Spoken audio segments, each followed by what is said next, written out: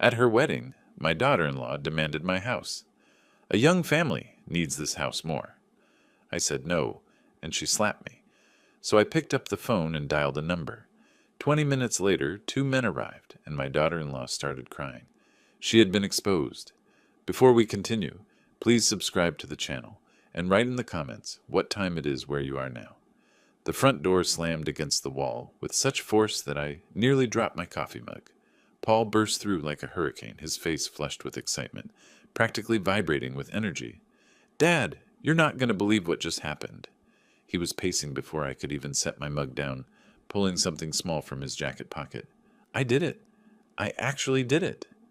My stomach dropped when I saw the velvet box, deep navy blue, expensive looking, the kind that held promises and futures and life-changing decisions. "Paul, slow down." I reached for the dish towel, needing something to do with my hands. "What exactly did you do?" "I proposed." He flipped open the box, revealing a diamond that caught the kitchen light like captured starlight. "Marilyn said yes, Dad. We're engaged." The words hit me like cold water. 3 months. He'd known this woman for exactly 3 months, and now he was talking about marriage like it was buying a new car. "Son, that's—" I forced my voice to stay level. "That's wonderful news. Really wonderful." But my mind was racing. Marilyn Hayes, the bartender from downtown who looked at my house like she was calculating square footage, who answered her phone during family dinners and spoke to me like I was some doddering old fool. "Look at this ring." Paul thrust the box toward me, his grin so wide it probably hurt. 2 carats, platinum setting. Cost me my entire savings, but she deserves the best. His entire savings. Every penny he'd scraped together from his programming job, gone in one impulsive gesture. I examined the ring, noting how the diamond seemed almost too perfect, too brilliant, like everything else about Marilyn. "It's beautiful, Paul. When did you propose?" "Tonight, at Giuseppe's. You know, that Italian place where we had our second date." He was bouncing on his feet like a kid on Christmas morning. "I had it all planned out. Got down on one knee right there in front of everyone. She cried, 'Dad.' Actually cried tears of joy." I'll bet she did. Tears of pure financial relief, more likely. "Paul, can we sit down for a minute?" I gestured toward the kitchen table. "This is big news. Life-changing news. I know, right?" He finally stopped pacing and dropped into his usual chair. "I can't believe I'm actually going to be married. Marilyn Duncan. Has a nice ring to it, doesn't it?" "It does." I sat across from him, choosing my words carefully. "But son, you've only known each other 3 months. Are you sure you know her well enough for such a big step?" The light in his eyes dimmed slightly. "What do you mean by that?" "I mean marriage is a serious commitment. It's not just about love, it's about compatibility, shared values, long-term goals." I leaned forward, keeping my voice gentle. "Have you two talked about children, money, where you want to live?" "Of course we have." His tone was getting defensive. "We want the same things, Dad. Family, happiness, a good life together." "And money? Have you discussed finances?" Paul's jaw tightened. "Why are you asking about money?" "Because your fiancée sized up my house like a real estate appraiser," I thought. "Because she asked pointed questions about my retirement savings within an hour of meeting me. Because everything about her screams, gold digger. I'm just saying, son, financial compatibility is important. You're a programmer, she's a bartender. Different worlds, different incomes. So what?" Paul's voice was rising now. "Are you saying she's beneath me because of her job?" "No, that's not what I'm saying at all." I held up my hands, trying to calm the storm I could see building in his face. "I'm saying you need to make sure you're on the same page about expectations." We're on the same page." He stood up abruptly, the chair scraping against the floor. "She loves me, Dad, and I love her. That's what matters." But I couldn't let it go. Not when I could see the disaster coming like a freight train. "Paul, she seems presumptuous to me. Disrespectful. Have you noticed how she talks to me when she thinks you're not listening?" "Don't you dare!" His voice cracked like a whip. "Don't you dare talk about her like that. You barely know her." "But I see how she treats me, how she speaks to me in my own home." The words were coming faster now, fueled by months of watching this woman manipulate my son. "She looks at everything here like she's already moved in, like she's calculating what it's all worth." Paul's face went white, then red. "Stop it. Just stop it right now." Son, I've been around long enough to recognize. Enough! He slammed his palm against the table, making the salt shaker jump. I'm a grown man. Stop interfering in my life. Paul, please. I'm just trying to. No! He was backing toward the door now, his face twisted with anger and hurt. I'm done listening to your judgments. You want to know what I think? I think you're jealous that I found someone who makes me happy. That's not true, and you know it. Is it?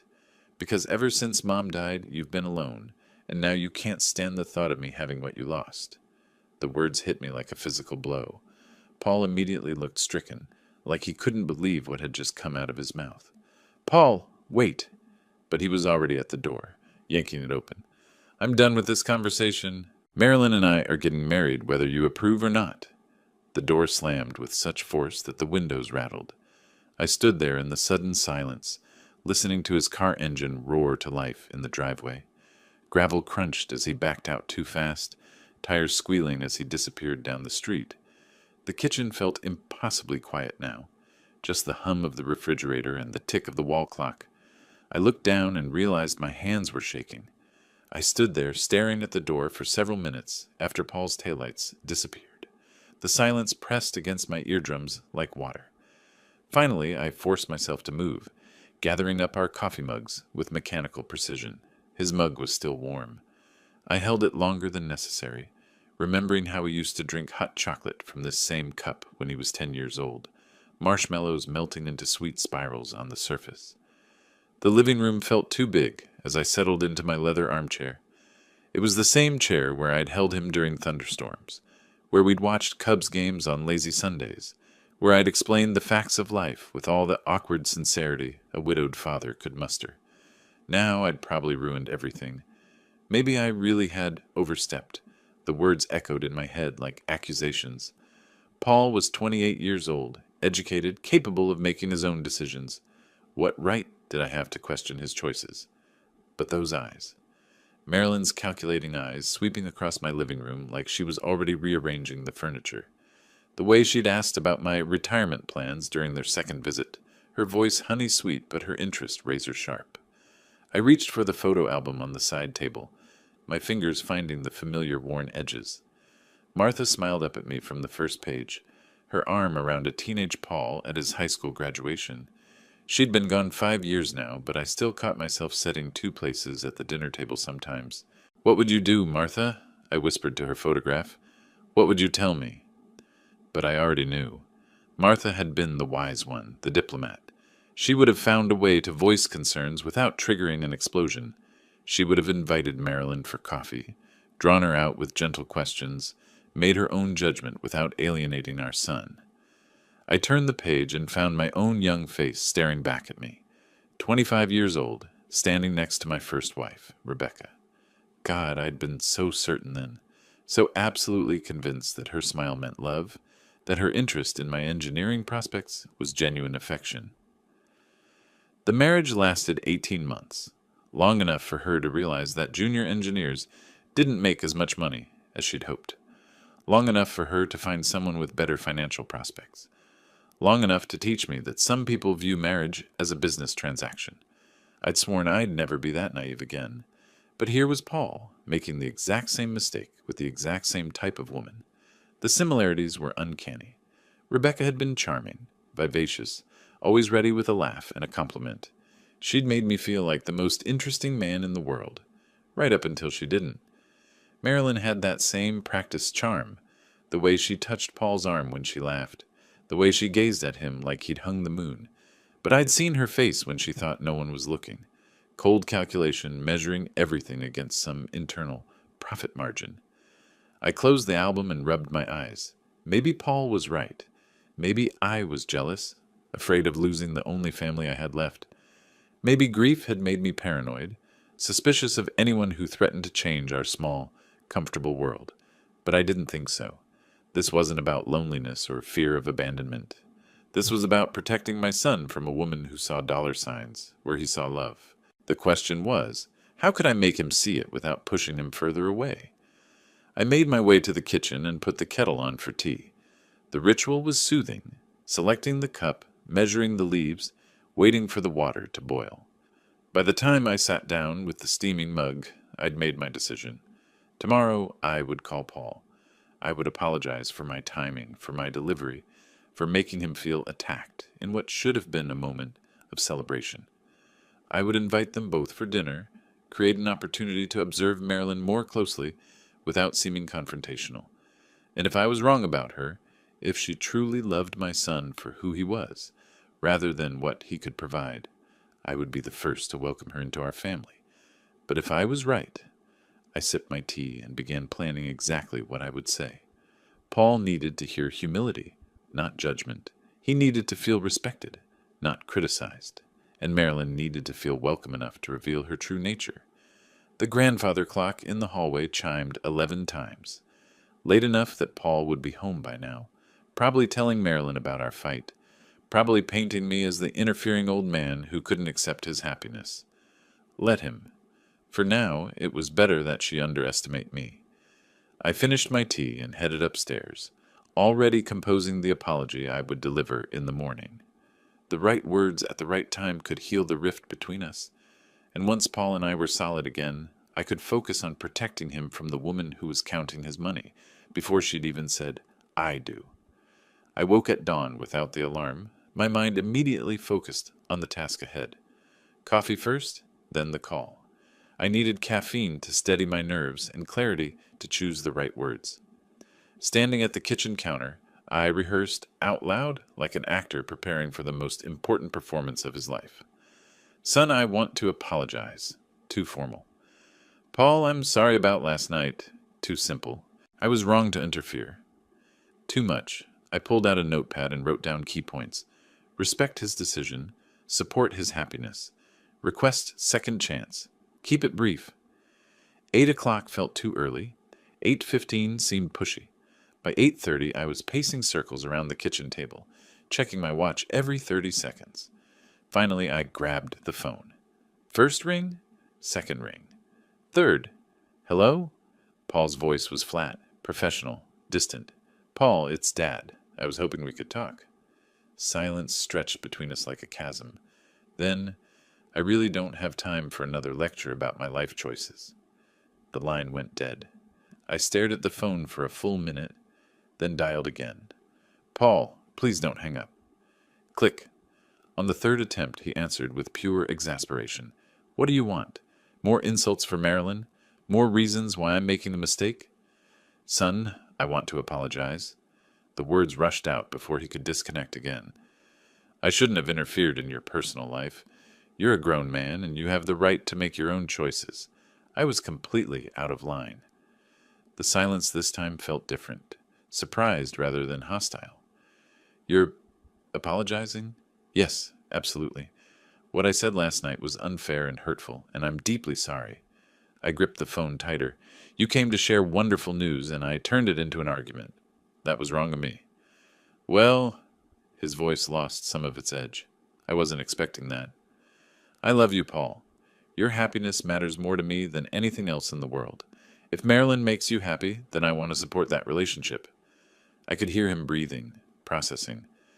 In the background, a voice, Marilyn, asked something I couldn't make out. Okay, he said finally. Maybe we can actually talk like adults then. I'd like that very much. I took a deep breath. In fact, I was hoping you'd both come for dinner tomorrow night. I'd like the chance to get to know Marilyn better, to start over on the right foot. Hold on. The phone muffled as he covered it with his hand. I caught fragments of conversation. Dinner at Dad's. Wants to apologize. Second chance. When he came back, his voice was cautiously optimistic. She says yes. Tomorrow at 6? Perfect. I'll make your favorite. Pot roast with those carrots you used to steal from the pan. For the first time since he'd burst through my door last night, Paul laughed. Actually laughed. I haven't had your pot roast in months. Marilyn's excited to try it. Wonderful. And Paul, thank you for giving me another chance. I know I don't deserve it. Yeah, well, you're my dad. We figure things out. After we hung up, I sat in the sudden quiet, relief washing over me like warm water. Phase 1 complete. The relationship was salvaged, the dinner invitation accepted. Now came the real challenge. Hosting Marilyn Hayes in my home, observing her closely enough to confirm my suspicions without appearing to do exactly that. I opened the notepad to a fresh page and began planning the menu. Pot roast, obviously. Martha's recipe for honey-glazed carrots. The good china from the dining room cabinet. Wine, something that would encourage conversation and perhaps lower Marilyn's guard. Most importantly, I needed to create an atmosphere where she would feel comfortable enough to reveal her true nature. Warm but not obviously welcoming. Interested but not intrusive. I had less than 30 hours to prepare the perfect trap. I spent the morning reviewing my handwritten grocery list, the pen marks dark against the yellow notepad, prime rib roast, fresh carrots, Yukon Gold potatoes, the ingredients for a meal that would either rebuild our family or confirm my worst fears about Marilyn. The drive to Whole Foods took exactly 5 minutes through the quiet Evanston streets. March air still carried winter's bite, but spring was fighting back with tiny green buds on the maple trees lining my route. Inside the store, I moved methodically through each aisle. The meat counter first, where I selected a 3-pound prime rib roast that would feed us generously. The butcher, a young man with calloused hands, wrapped it carefully in white paper. "Special occasion?" he asked, noting the quality of the cut. "Family dinner," I replied. "My son's bringing his fiancée." Fresh vegetables came next, carrots with their greens still attached, indicating recent harvest. Baby potatoes that would roast perfectly alongside the beef. Brussels sprouts that I'd prepare with bacon, knowing Paul had loved them since childhood. The wine section required more consideration, something welcoming but not presumptuous. A modest Cabernet from Napa Valley caught my attention, good enough to show effort, not so expensive as to seem like I was trying too hard. Back home, I surveyed my domain with fresh eyes. The house needed attention if I wanted to make the right impression. Not for Marilyn's sake, but for Paul's. This was his home, too. The place where he'd grown up, and it should reflect the warmth he remembered. I started with the living room, dusting each family photograph with careful precision. Martha and Paul at his college graduation. The 3 of us on vacation in Michigan when Paul was 12. My parents' wedding portrait from 1955. Their faces serious, but hopeful. The dining room required Martha's good china, the Lenox pattern we'd received as a wedding gift 37 years ago. Each plate emerged from the cabinet wrapped in tissue paper, pristine white with delicate gold trim. I set 3 places with mathematical precision, measuring the distance between fork and knife with an engineer's attention to detail. The roast went into the oven at 3:30, seasoned with rosemary and garlic. 3 hours at low temperature would yield the medium rare perfection Paul preferred. The kitchen filled with savory aromas that transported me back to Sunday dinners when Martha was alive, when our table was always set for 3. While the meat cooked, I prepared the vegetables, carrots peeled and cut into uniform pieces, potatoes halved and tossed with olive oil and sea salt, Brussels sprouts cleaned and trimmed, ready for their final sauté, with bacon bits. The mashed potatoes would be last, whipped with butter and cream exactly the way Martha used to make them. Paul had always insisted they were better than any restaurants, a compliment that had made his mother beam with pride. By 5 o'clock, everything was progressing perfectly. The roast's internal temperature climbed steadily toward the target. The vegetables waited in their preparation bowls. The wine breathed on the counter beside 3 glasses. I changed into a fresh shirt, navy blue cotton that Martha had always said brought out my eyes. In the bathroom mirror, I practiced expressions of welcome, trying to find the balance between genuine warmth and forced enthusiasm. The house felt ready. Candles flickered on the dining room table. The living room looked inviting without being formal. The kitchen smelled like home. At 5:50, I checked the wall clock one final time. 10 minutes until they arrived. 10 minutes to prepare myself for whatever Marilyn would bring to my table tonight. Outside, a car door slammed. They were early. I opened the front door just as Paul reached for the doorbell, his finger hovering over the button. Behind him, Marilyn smoothed her dress with one hand, while clutching a small clutch purse with the other. "Perfect timing," I said, stepping aside to welcome them in. "You're right on schedule." Paul embraced me with genuine warmth. The lingering tension from our argument finally dissolved. "Dad, something smells incredible in here. Is that your famous pot roast?" "Prime rib tonight," I corrected, hanging their coats in the front closet. "I thought we'd celebrate properly."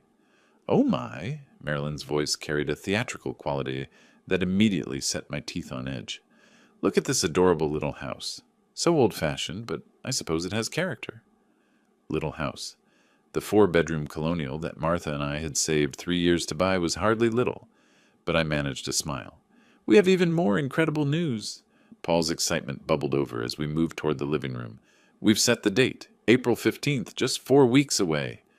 April 15th? I tried to keep the surprise from my voice. That's quite soon. When you know, you know, Marilyn said, displaying her engagement ring prominently as she gestured. No point in waiting around, right? Congratulations, I managed. That's wonderful news indeed. We settled into the living room, where Marilyn immediately began cataloging the furniture with calculating eyes. Her gaze lingered on Martha's antique secretary desk, the Persian rug we'd bought for our 10th anniversary, the grandfather clock that had belonged to my father. This furniture is so vintage, she observed. I bet some of these pieces are worth something at auction. Paul laughed nervously. Marilyn's got an eye for antiques. She's always watching those appraisal shows. How interesting, I replied, though interesting wasn't the word I'd have chosen. Dinner service provided a welcome distraction. I carved the prime rib with ceremonial precision, the meat falling in perfect pink slices. The vegetables glistened with butter and herbs. The wine poured like liquid ruby into our glasses. This looks lovely, Paul said, settling into his chair, just like Mom used to make. Well, not exactly like Mom used to make, Marilyn corrected, cutting the small piece of beef. She probably had better knives. This is a little tough to cut. I watched her chew thoughtfully, her expression suggesting she was finding the meal wanting. She continued after swallowing. A bit dry, isn't it? Paul always talks about what a great cook you are, but restaurant quality is so much more consistent. Perhaps I overcooked it slightly, I replied evenly. I'll adjust the timing next time. Oh, there'll be a next time? Her laugh tinkled like breaking glass. How sweet! Though honestly, Paul and I will probably be too busy with married life to visit much. Paul shifted uncomfortably. Marilyn, we'll still have Sunday dinners here sometimes. Maybe, she said, her attention already wandering to the family photographs on the sideboard. That's your late wife in all these pictures? Such a shame she won't see the wedding. Really unfortunate timing on her part. The silence that followed felt suffocating. Paul's fork clattered against his plate. Marilyn, that's not appropriate, he said quietly. What? I'm just saying it's sad timing. If she'd hung on a few more years, she could have met me. Marilyn's voice carried no trace of awareness that she'd said anything wrong. This house must feel so empty without her. All these memories everywhere, like living in a museum. I gripped my wineglass tighter, feeling the crystal stem flex slightly under pressure. The memories are precious, I said carefully. They make the house feel full, not empty. If you say so. She poked at her Brussels sprouts with obvious distaste. These vegetables are a bit overcooked too. And what is this green stuff? Looks like tiny cabbages. Brussels sprouts, Paul explained. You said you liked them when we had them at that bistro downtown. Those were different. These taste like sulfur. The conversation limped through dessert. Vanilla ice cream with fresh berries that Marilyn declared store-bought quality. She critiqued the coffee as too weak, the lighting as too dim, even the classical music playing softly in the background as depressing funeral music. By 8:30, I was mentally exhausted from maintaining my composure. Every comment felt like a calculated test, as if she were deliberately pushing boundaries to see how much I would tolerate. Well, Paul said finally, glancing at his watch, we should probably head out. Early day tomorrow. Yes, Marilyn agreed, standing and smoothing her dress again. This has been educational. I walked them to the front door, helping Paul with the coats, while Marilyn checked her reflection in the hallway mirror. Thank you for the lovely dinner, Paul said, embracing me again. Everything was delicious, despite what? He glanced at Marilyn with mild frustration. Drive safely, I replied. Good night, both of you. The door closed behind them with a soft click, leaving me alone with the wreckage of what should have been a pleasant family dinner. I stood in the entryway for several minutes after their car disappeared down the street, my mind replaying every calculated insult Marilyn had delivered with surgical precision. The woman had turned a simple family dinner into an endurance test. Moving back to the dining room, I began clearing the table mechanically. Paul's plate was nearly empty. He'd managed to enjoy the meal despite his fiance's constant criticisms. Marilyn's portion remained largely untouched, the prime rib cooling in congealed juices. As I reached for her chair to push it under the table, something caught my eye. A small black object wedged between the seat cushion and the armrest. Her phone. I picked it up carefully, intending to set it on the kitchen counter until I could call them. The screen was dark, but as my thumb brushed across it accidentally, it blazed to life with an incoming text message. The sender's name stopped my heart. Floyd. The message preview was clearly visible. Missing you tonight, beautiful. Can't wait to see you tomorrow. Before I could process this fully, another message appeared from the same contact. Hope your work dinner isn't too boring. Work dinner. She'd told this Floyd person that she was at a work dinner, not a family dinner with her fiance's father. The heart emoji next to his name suggested a relationship far beyond professional. My hands trembled slightly as I set the phone down on the dining room table. Everything I'd suspected about Marilyn was true, but this was worse than simple gold digging. She was actively deceiving multiple people, living parallel lives that somehow never intersected. Outside, I heard the distinctive sound of Paul's car returning up the driveway. They'd realized the phone was missing. Quickly, I moved the phone to the kitchen counter, trying to arrange my expression into something approaching normal. The front door opened before I could fully compose myself. "Dad, sorry to bother you again," Paul called out, slightly breathless. "Marilyn forgot her phone somewhere." "Oh, here it is," I replied, retrieving it from the counter. "I just found it and was about to call you." "Thank you so much," Marilyn said, hurrying toward me with obvious anxiety. "I'm always forgetting that silly thing." But her eyes were sharp, calculating, searching my face for any sign that I might have seen something I shouldn't have. I kept my expression neutral, offering the phone with a steady hand. "No problem at all," I said. "Technology, right? We're all slaves to these devices." "Right," she laughed, but the sound was forced. "Well, thanks again. Dinner was interesting." They left again, and this time I watched through the living room window until their taillights completely disappeared around the corner. Only then did I allow myself to sink into my leather armchair, the weight of discovery settling over me like a heavy blanket. Floyd with a heart emoji. A Floyd who missed her, who thought she was at a work dinner instead of meeting her future father-in-law. The casual intimacy of the messages suggested a relationship that had been going on for some time, certainly longer than her 3-month romance with Paul. How many others were there? How elaborate was the web of deception she'd constructed around my naive son? Paul needed to know, but he would never believe me based on one glimpse text message. He was too deeply in love, too committed to the fantasy of their perfect romance. I needed more evidence, concrete proof that even his romantic idealism couldn't dismiss. I sat in the growing darkness of my living room, surrounded by the detritus of our disastrous dinner, and began planning my next move. If Marilyn Hayes thought she could manipulate her way into my family and destroy my son's life, she was about to learn how wrong she was. Some battles required patience, strategy, and careful planning. As an engineer, I understood the value of thorough investigation before taking action. The war for Paul's future had officially begun. My bedroom felt like a prison cell after I climbed the stairs at 10:30. The events of the evening played on endless repeat behind my closed eyelids. Marilyn's calculated insults, Paul's blind devotion, and those damning text messages that confirmed every suspicion I'd harbored. I rolled from my back to my left side, then to my right, checking the digital clock every few minutes. 11:47 p.m. The numbers glowed accusingly in the darkness. Floyd with a heart emoji. The intimacy of that simple symbol said everything about their relationship.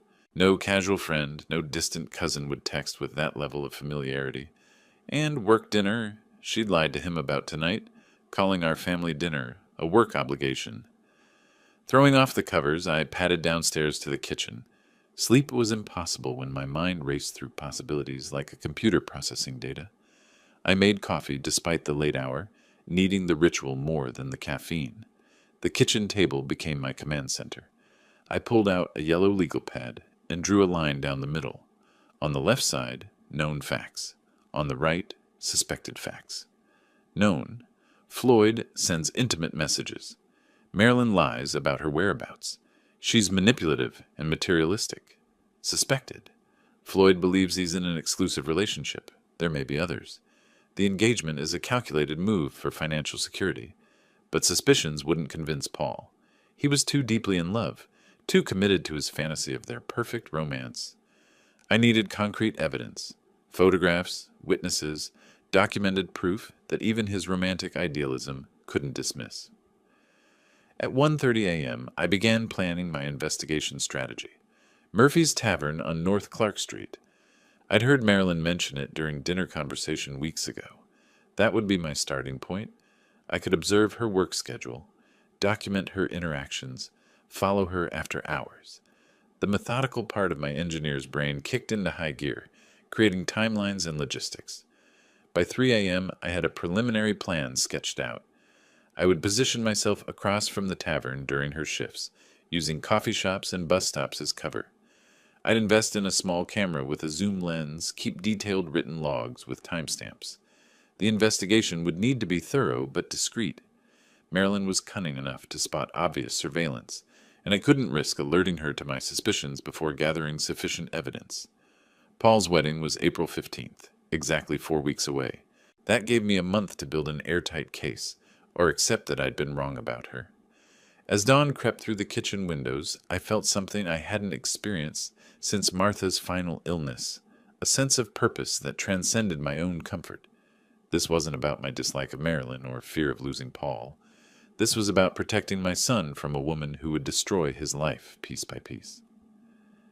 I set my alarm for 7 a.m. and finally attempted sleep, knowing that tomorrow would begin the most important investigation of my life.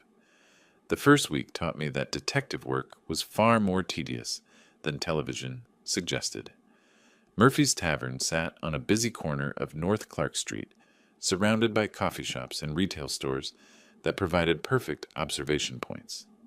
Marilyn worked Tuesday through Saturday, arriving promptly at 4 p.m. and leaving around midnight. I positioned myself in different locations each day, a bus stop bench on Tuesday, a corner cafe on Wednesday, rotating to avoid detection. March 20th brought my first major discovery. At 12:15 a.m., as Marilyn emerged from the tavern's employee entrance, a white pickup truck pulled to the curb. The driver, a man in his 30s wearing a mechanic's uniform, jumped out and embraced her with unmistakable intimacy. I managed 3 photographs before they drove away. The embrace, their faces clearly visible, and the truck's license plate. That night, I started my official log. March 20th, subject met by white male, approximately 30 years old, mechanic clothing, public display of affection lasting approximately 3 minutes. Departed together in white Ford F-150, license plate JMK 8847. By March 25th, I'd established that this man, who I learned was named Floyd, through overheard conversations, appeared every Tuesday and Thursday night. Their routine was consistent. He waited outside the tavern, they embraced warmly and left together in his truck. But March 27th shattered my understanding of the situation entirely. At 12:10 a.m., as I sat in my car across the street, a different vehicle approached the tavern, a silver Honda Civic, driven by a different man, taller, wearing retail store clothing, completely unfamiliar. Marilyn emerged and greeted this new man with the same intimate affection she'd shown Floyd, same duration of embrace, same obvious romantic familiarity. They drove away together toward a different part of the city. I sat stunned in my car for 10 minutes, processing what I'd witnessed. Not one affair, but 2, possibly more. Over the following weeks, the pattern became clear. Floyd appeared on Tuesdays and Thursdays. The second man, whom I eventually identified as Leroy Smith through social media research, collected her on Wednesdays and Saturdays. Mondays and Fridays, she went home alone, probably to maintain the illusion of availability for Paul. My documentation grew methodical and comprehensive. Photographs of both men, their vehicles, their license plates. I followed each to their respective apartments, noting addresses and work locations. Floyd worked at Henderson's Auto Repair on Milwaukee Avenue. Leroy managed a sporting goods store in Lincoln Park. Both men appeared genuinely devoted to Marilyn. I observed Floyd bringing her flowers, Leroy carrying what appeared to be expensive jewelry boxes. Neither showed any awareness of the other's existence. Meanwhile, Marilyn maintained her engagement to Paul with seamless deception. I watched her answer his calls during her breaks, saw her examining wedding dress magazines during slow periods at the bar. By April 10th, my evidence file contained 47 photographs, 3 weeks of detailed written observations, and complete background information on both Floyd Brown and Leroy Smith. Two decent men being systematically deceived by a woman who viewed relationships as financial opportunities. The wedding was 5 days away.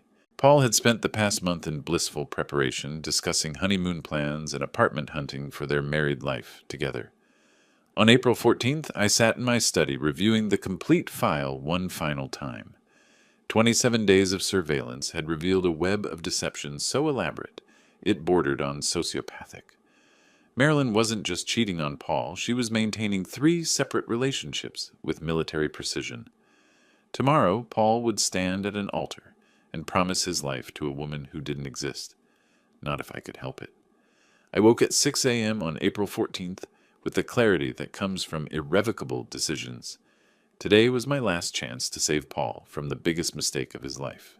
The evidence spread across my dining room table like pieces of a complex puzzle. 47 photographs arranged chronologically, 3 weeks of handwritten surveillance logs, background research on Floyd Brown and Leroy Smith, a timeline showing the systematic deception that had consumed a month of my life. The photographs told the story with brutal clarity. March 20th, Marilyn embracing Floyd outside Murphy's Tavern. March 27th, Marilyn kissing Leroy beside his Honda Civic. April 3rd, Floyd and Marilyn sharing dinner at an intimate Italian restaurant. April 8th, Leroy and Marilyn browsing engagement rings at a jewelry store downtown. Engagement rings. She was planning to marry at least 3 men. I created a presentation folder, organizing the evidence for maximum impact. The timeline went on top, a single sheet showing how she divided her week between 3 unsuspecting victims. Paul on Sundays and Mondays, Floyd on Tuesdays and Thursdays, Leroy on Wednesdays and Saturdays, Fridays reserved for work or family obligations. Next came the photographs with detailed captions, dates, times, locations, and context. Finally, the written observations documenting behavioral patterns that prove premeditation rather than impulsive infidelity. By 11 a.m., I had everything organized into a presentation that would demolish Paul's romantic illusions in 5 minutes. But presenting evidence was only part of my plan. I needed Floyd and Leroy to witness the truth firsthand. I spent 2 hours crafting messages designed to bring both men to the wedding venue during the reception. The approach required careful psychology, urgent enough to guarantee their presence, believable enough to avoid suspicion. To Floyd, "Floyd, this is urgent. Marilyn had an accident at Evanston Park near the wedding pavilion. She's conscious but shaken and asking specifically for you. Please come immediately. She needs you right now." To Leroy, "Leroy, emergency involving Marilyn at Evanston Park by the wedding area. She fell and hurt her ankle. She keeps asking for you by name. Please hurry. She's really upset and needs your support." Both messages exploited their genuine care for Marilyn, while positioning them to arrive at the wedding reception simultaneously. The truth would reveal itself without requiring explanation from me. The timing had to be perfect. The ceremony was scheduled for 2 p.m., reception starting around 4 p.m. I would wait until 5 p.m. when guests were settled and celebratory, then send both messages simultaneously. 20 minutes later, Floyd and Leroy would arrive expecting to comfort an injured Marilyn, only to discover her celebrating marriage to another man. That evening, I sat in my study with the evidence folder beside me and my phone displaying both prepared messages. Tomorrow, at this time, Paul's marriage would be over before it truly began. The weight of what I was about to do settled heavily on my shoulders. In 12 hours, I would destroy my son's happiness to save his future. He would hate me, possibly permanently, but better his anger now than his devastation after years of marriage to a sociopath.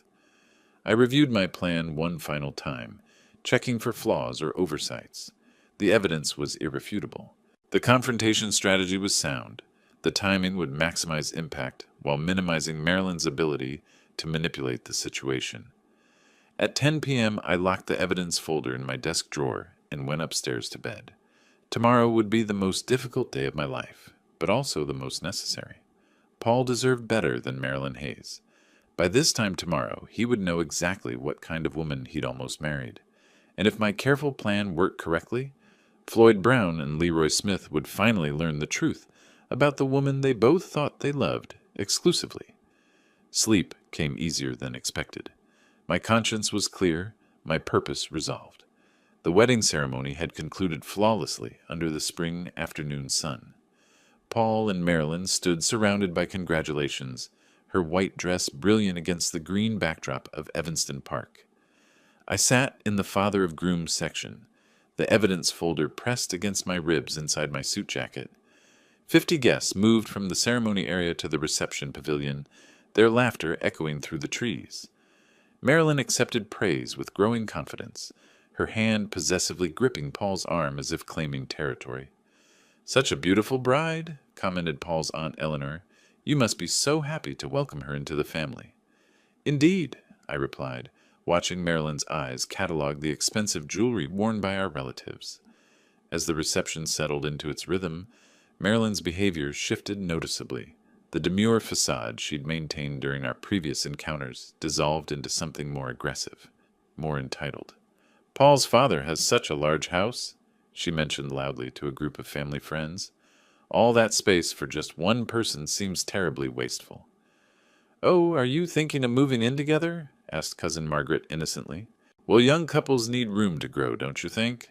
All those bedrooms just sitting empty." Marilyn's voice carried a calculating edge that made several listeners exchange uncomfortable glances. 20 minutes into the reception, she approached me directly. The crowd had thinned around the gift table, providing the privacy she needed for her real agenda. "Arnold, we need to discuss something important." Her voice held none of the sweetness she'd used during our dinner months ago. "Paul and I have been talking about our future living arrangements." "Oh?" I set down my champagne glass, meeting her gaze steadily. "Your house. It's perfect for newlyweds, and frankly, you don't need all that space anymore." She stepped closer, her voice dropping to a more aggressive tone. "We'd like you to sign it over to us." The audacity took my breath away, even though I'd expected something like this. "I'm sorry, but that's my home. I won't be giving it up." Her face flushed with irritation. "Won't be giving it up? You're old and alone, Arnold. What do you possibly need all that space for? It's selfish to hoard resources when young families need them." "My answer is no, Marilyn. Maybe this will change your mind." The slap cracked across my cheek like a gunshot. The sound carried across the reception area, causing dozens of heads to turn toward us. My face stung, but I remained perfectly still, letting the moment register with every witness present.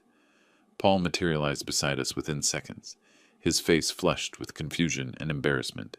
"What's happening here? Marilyn, why did you hit my father?" "He's being completely unreasonable about the house situation," she snapped, apparently unaware that assaulting an elderly man at her own wedding reception might not reflect well on her character. I reached calmly into my jacket and withdrew my phone, maintaining steady eye contact with Marilyn while Paul stared between us in bewilderment. "I think it's time everyone learned the truth about who you really are," I said quietly, my thumb moving across the phone screen. "What are you doing?" Marilyn's voice carried the first note of genuine concern I'd ever heard from her. "Making a couple of calls," I replied, sending the first prepared message to Floyd Brown. "You'll see." The second message went to Leroy Smith. Both texts identical in urgency, both designed to bring Marilyn's secret life crashing into her public one. "They should be here in about 20 minutes, I said, pocketing the phone with a satisfied smile. 20 minutes later, the sound of gravel crunching under tires announced the first arrival. A white pickup truck pulled into the park's small parking area, its driver clearly in a state of panic. Floyd Brown jumped from the cab and rushed toward the pavilion, his mechanic's uniform wrinkled from his hasty departure. Behind him, a silver Honda Civic appeared, disgorging Leroy Smith with equal urgency. Both men spotted each other immediately, their confusion evident as they approached the reception area, where 50 wedding guests watched with growing curiosity. "Marilyn!" Floyd called out breathlessly. "I got your message about an accident. Are you hurt? Why are you wearing a wedding dress?" Leroy stopped short when he saw Floyd, his face creasing with bewilderment. Wait, who is this guy? How does he know Marilyn? The reception fell silent. Every guest turned to watch as two strange men interrupted the celebration, both obviously familiar with the bride in ways that suggested relationships far beyond casual friendship. Marilyn stood frozen in her wedding dress, her face cycling through shock, panic, and desperate calculation. Paul looked between the three figures as if watching a play performed in a foreign language. This isn't... You weren't supposed to... Marilyn stammered, her usual composure completely shattered. How do these men know my wife? Paul asked quietly, the word wife hanging in the air like an accusation. I stepped forward, withdrawing the evidence folder from my jacket with ceremonial precision. Gentlemen, allow me to introduce myself. I'm Arnold Duncan, father of the groom, and I believe I can answer that question. Floyd and Leroy stared at me with matching expressions of confusion and growing dread, because I've spent the last month documenting this woman's lies to all three of you. 3 of us? Leroy's voice cracked slightly. I opened the folder and removed the chronologically arranged photographs, holding them where everyone could see. March 20th. Marilyn with Floyd outside Murphy's Tavern. I displayed the first image, showing their intimate embrace in perfect clarity. March 27th. Marilyn with Leroy entering his apartment building. Floyd snatched the photograph showing Marilyn kissing Leroy, studying it with the intensity of a man watching his world collapse. April 3rd. Marilyn and Floyd at Giuseppe's restaurant. The romantic dinner photo passed between shaking hands. April 8th. Marilyn and Leroy shopping for engagement rings at Tiffany & Co. Engagement rings? Paul's voice was barely audible. 27 days of surveillance, I continued relentlessly. 47 photographs documenting systematic deception. She's been conducting 3 simultaneous relationships, while telling each of you that you were the only one. Leroy stared at the photograph of Floyd kissing Marilyn, then at Floyd himself. You've been dating her too? Dating her? I thought we were exclusive. Floyd's voice rose to near shouting. She told me she loved me. The revelation hit Marilyn like a physical blow. Her knees buckled and she collapsed to the ground, unconscious before anyone could catch her. Wedding guests pressed closer, everyone talking at once, the carefully orchestrated celebration dissolving into chaos and scandal. Paul knelt beside the photographs scattered on the ground, picking them up one by one, studying each image with the methodical attention of someone learning that his entire reality had been constructed from lies. These are real? He whispered. All of this is real?